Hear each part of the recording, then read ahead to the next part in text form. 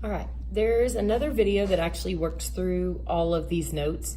So if you're still really iffy on this, you might go back and watch, but I just wanted to remind you that your explicit formula tells you where a sequence starts and then tells you, okay, if I'm adding 2 over and over and over again, then repeated addition is you're gonna multiply times your n, okay? And then you've got 2 different categories it can fall in.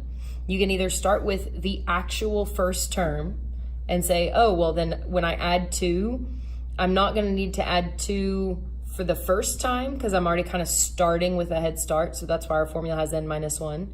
Or you can back all the way up to that 0 y-intercept. And in that case, you don't have to adjust the formula with an n minus 1.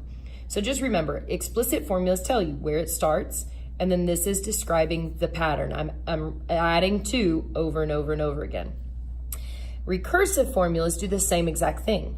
They just do it with 2 separate formulas rather than putting it all in one. And it says, okay, your first term, you're gonna start with a 10.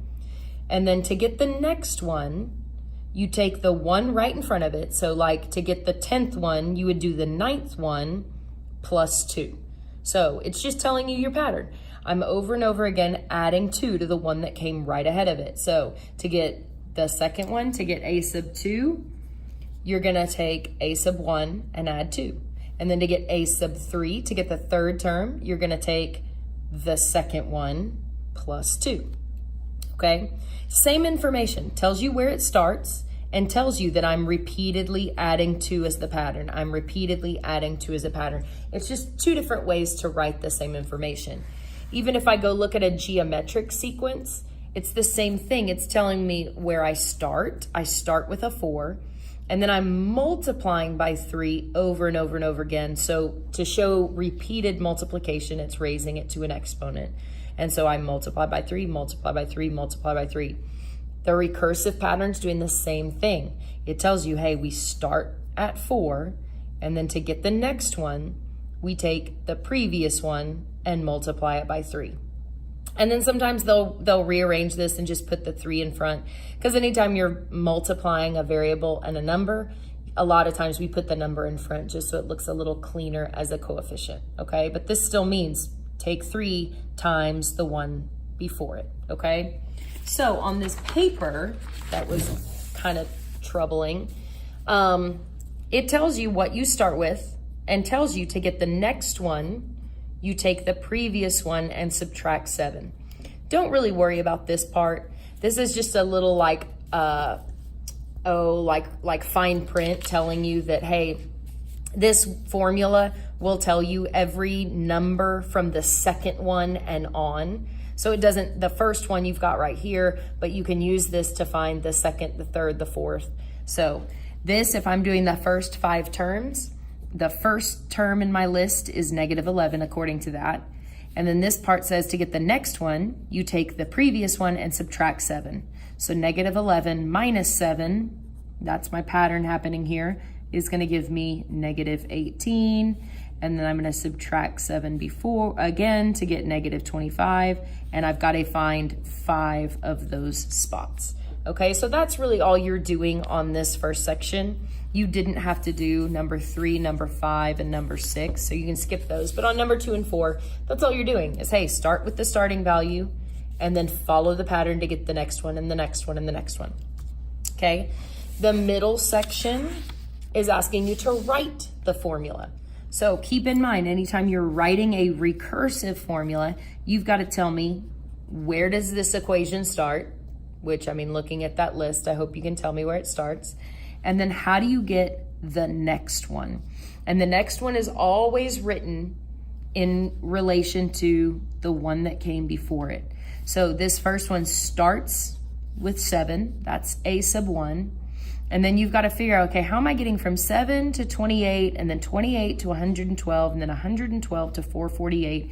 And I hope you notice that, hey, every single time we're multiplying by 4.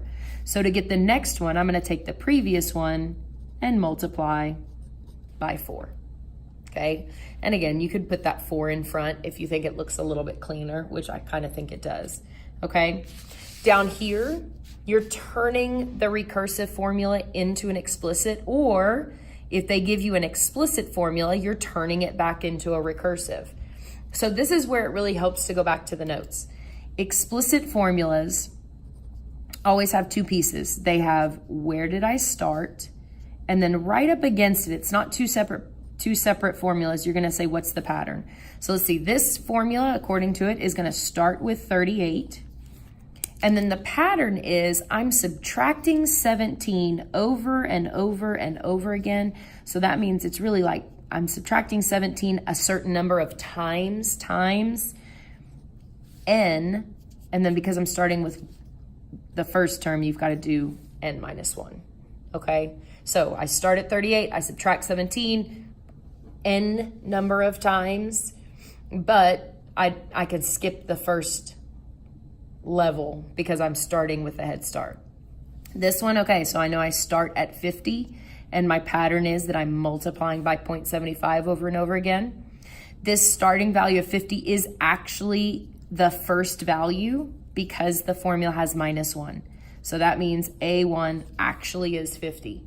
If it didn't have n minus 1, then that's not actually telling me the starting value. It's telling me like the y-intercept value, one spot ahead.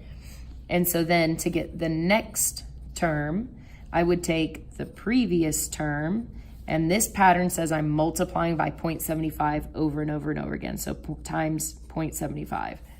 This is a really good example. If this looks really funky with all this different notation. And so I personally like this version better to say, okay, well, to find the next one, you're gonna do 0.75 times the one right ahead of it. Okay, same thing, just looks a little bit prettier. All right, so keep in mind, it's all about that combination of pieces. Where does it start? What's the pattern? Where does it start? What's the pattern? It's just two different ways to show it. So hopefully this helps you out. Good luck.